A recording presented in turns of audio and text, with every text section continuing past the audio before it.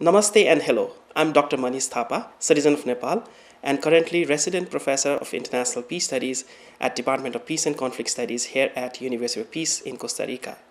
I'm also visiting professor of International Relations at University of Warsaw in Poland. I'll be teaching an online course titled Terrorism and Conflict, Issues and Perspective.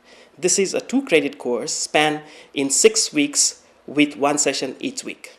On November 20, 2015, 27 people were killed in Mali, capital, after grenade hurling Al-Qaeda gunmen stormed into a posh hotels, taking scores of hostages and setting a bloody standstill.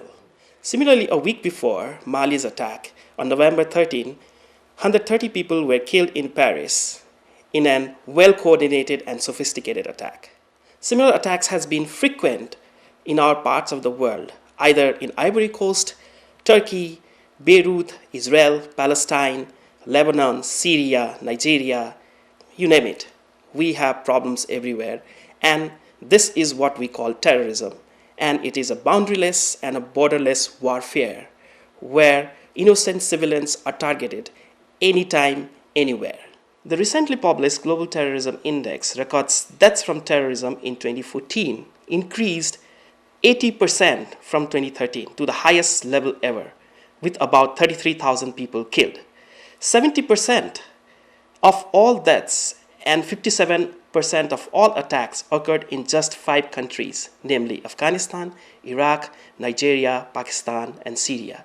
And the global economic cost of terrorism reached an all-time peak at $53 billion. Terrorism is one of the most elusive concepts to define. Definitions of terrorism is controversial for reasons other than conceptual issues and problems.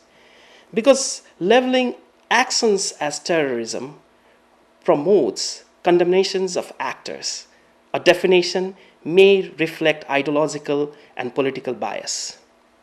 Once freedom fighters like Mahatma Gandhi and Nelson Mandela were also labeled as terrorists. In this course, we will focus on terrorism and related forms of political violence from a comparative and global perspective.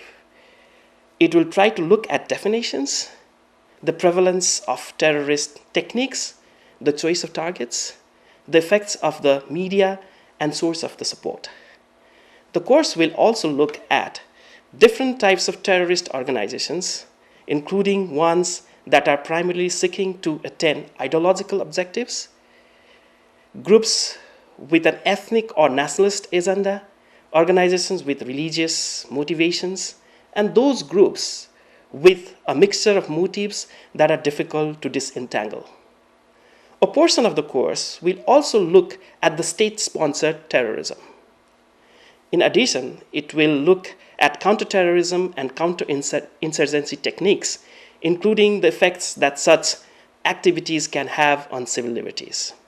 Finally, the relative success or failure of terrorist group in achieving their objectives will be evaluated as part of the process of determining what future it is likely to hold.